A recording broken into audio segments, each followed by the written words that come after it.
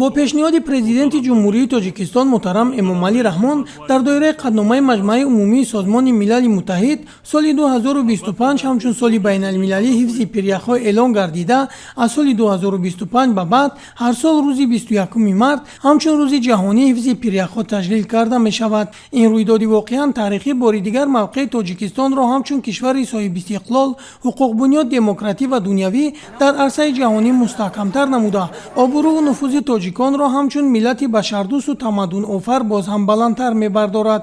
истифодаи самараноки манбаъҳои обӣ, ҳифзу нигаҳдории он аз масъалаҳое мебошанд, ки имрӯз бояд ҷомеаи ҷаҳонӣ ҷиҳати пешгирии он талош намояд. бибинед имрӯз қариб миқдори ҳазорҳо пиряхҳо ба обшавӣ шурӯъ карданд.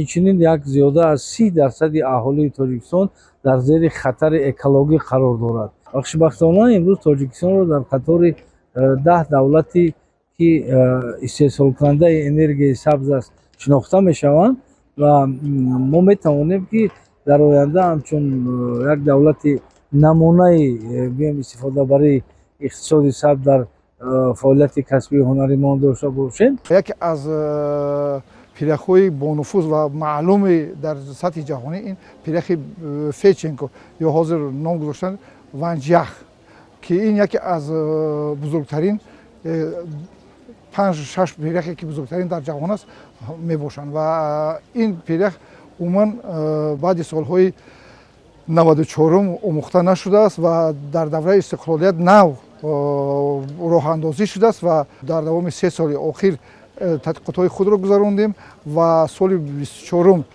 стансияи худкоре ки дар баландии 4000 метр аст, соли 25 онро мехоҳем ки дар баландӣ то 6000 метр гузорем, ки ин ягона стансияи тадқиқотии илмие мебошад ки пиряхро дар ин баландӣ меомӯзад ва инро дар тамоми ҷаҳон ба хубӣ эътироф карданд. президенти ҷумҳурии Тоҷикистон муҳтарам Эмомалӣ Раҳмон мегӯяд, ки ҷомеаи ҷаҳонӣ хуб дарк мекунад, ки коҳиш ва харобшавии минбаъдаи манбаъҳои обҳои ошомиданӣ дар сайёра метавонад аҳли башарро ба фалокатҳои зиёди ҷонӣ, иҷтимоӣ ва иқтисодӣ дучор намояд.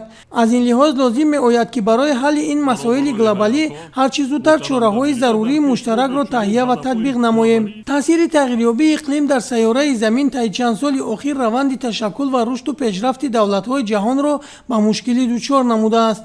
истифодаи самараноки манбаъҳои обӣ, ҳифзу нигаҳдории он аз масъалаҳое мебошад, ки имрӯз бояд ҷомеаи ҷаҳонӣ ҷиҳати пешгирии он талош намояд.